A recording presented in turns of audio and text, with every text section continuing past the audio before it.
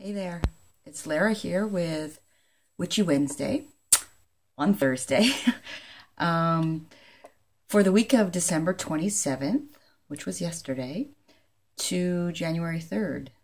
So moving through, right through New Year's Eve into the new year. And, thanks for your patience. I posted yesterday on Facebook and on Instagram that I was just way too tired to do the video yesterday, and I'm still pretty darn tired today, but I really wanted to do this for you, and so I'm sucking it up, and here we go. I hope that you've had a good holiday, and I know that for some people, this is a time of year that can be very emotionally draining. And that's the case for me, although I have really enjoyed seeing family and friends and having some great food and some great times. And I mean, you can hear it in my voice. I'm very, very exhausted right now. And I know that there's a lot of you out there that are feeling this same way too. And, so I really encourage you to take some time before you ring in the new year to have a little bit of downtime, if that's at all possible. And if you haven't been able to do that yet, today is the first day I've had where we didn't have any commitment. And so I'm feeling a little raw and a little frazzled, truth be told. I'm just really, really quite drained. And so I'm going to try my best to keep this fairly short, but I still want to get the message across to you. And I want to wish you a very, very, very happy New Year. 2017 has been one hell of a ride, for all of us individually and as a collective. And 2018, it should be a fresh start in many ways. And I'm going to talk about that as we go into the reading. And, a little bit with the astrology and also with the card that was pulled. So in the new year, again, I want to remind you that I'm going to be expanding my services. I'm super excited about this.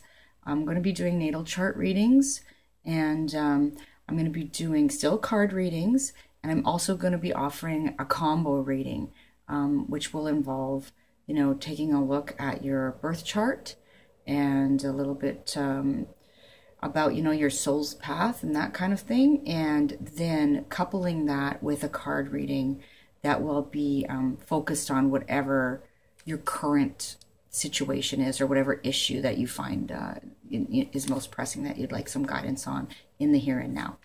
So look for that in January. I'm really excited about it. And if you do want a personal reading with me, you can just follow the link below and find out how to arrange that.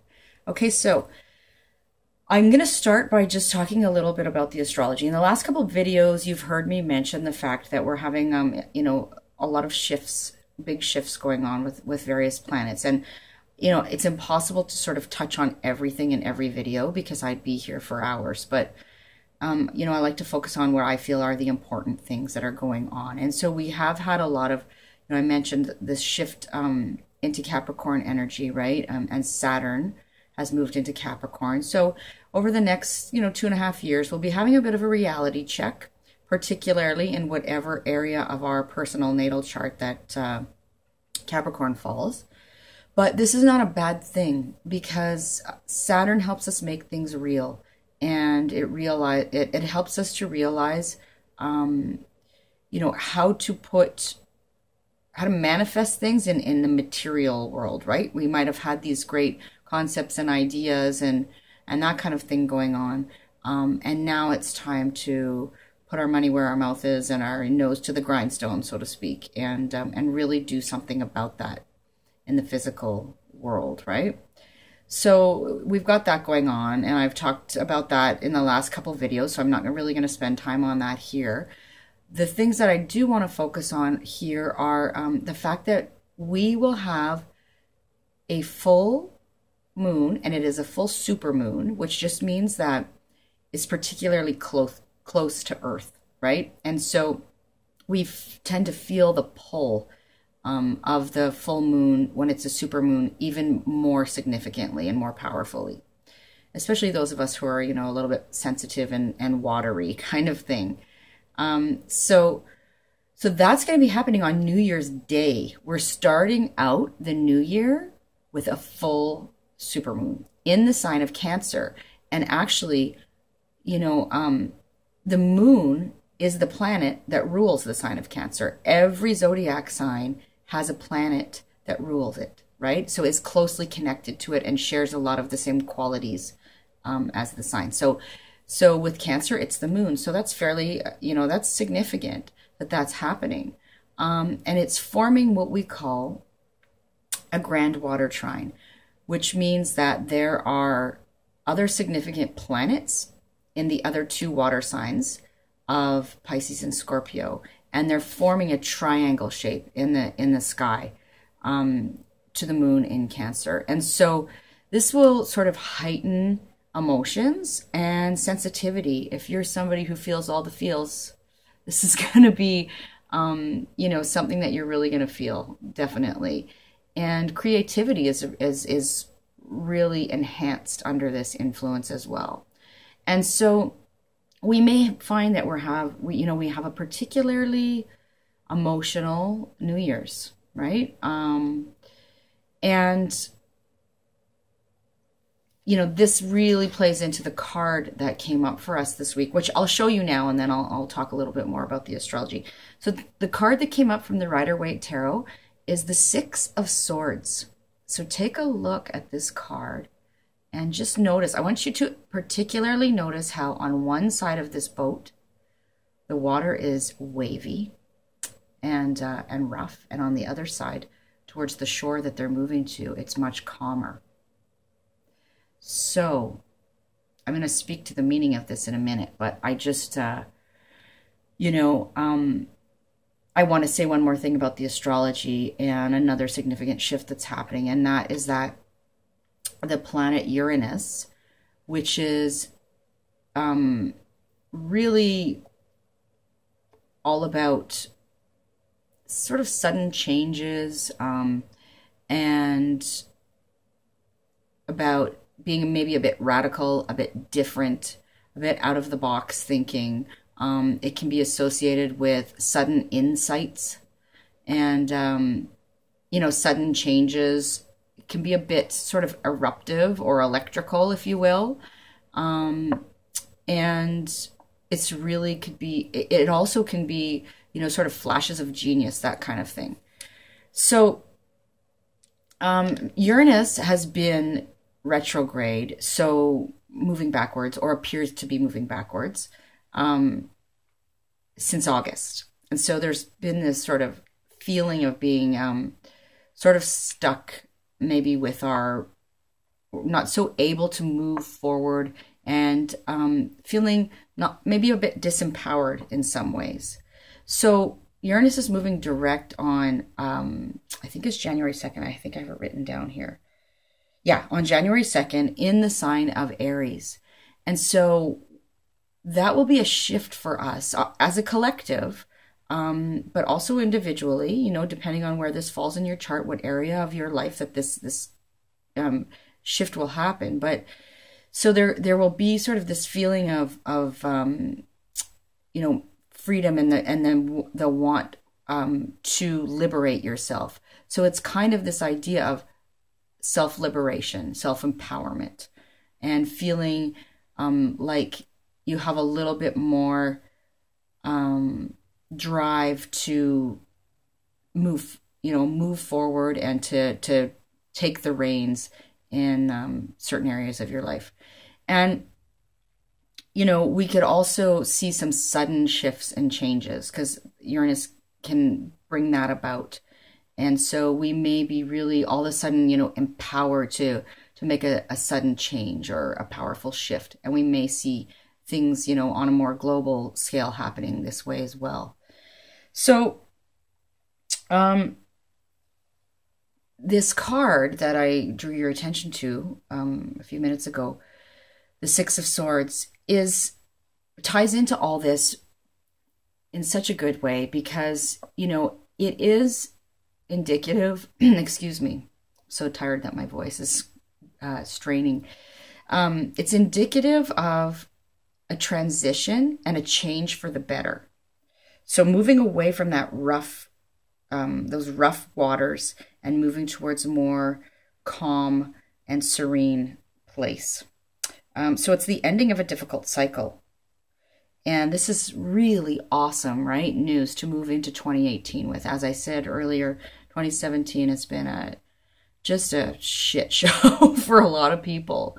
And so this is good news, right? And these astrological shifts and changes that we're having all around the end of 2017 and the beginning of 2018 really are, they bode well for, you know, some positive changes to occur in the coming year.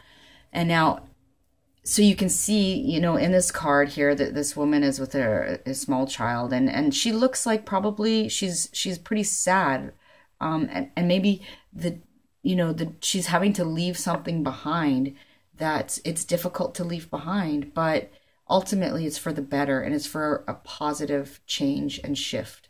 And so there may be a little bit of, you know, melancholy feelings around the new year. That can happen anyway, right?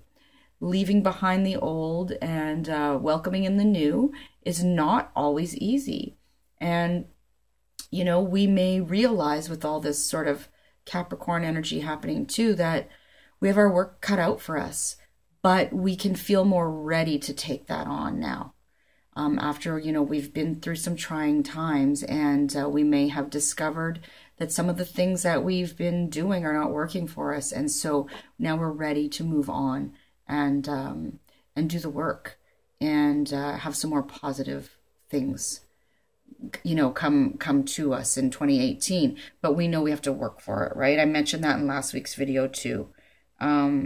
So this is good. It's about self-empowerment. It's about soul liberation, right? The tagline that I use on my website and off of my social media, practical magic for soul liberation. And, you know, the practical magic I'm talking about personally are things like astrology, card reading, you know, lots of other things and tools that I use.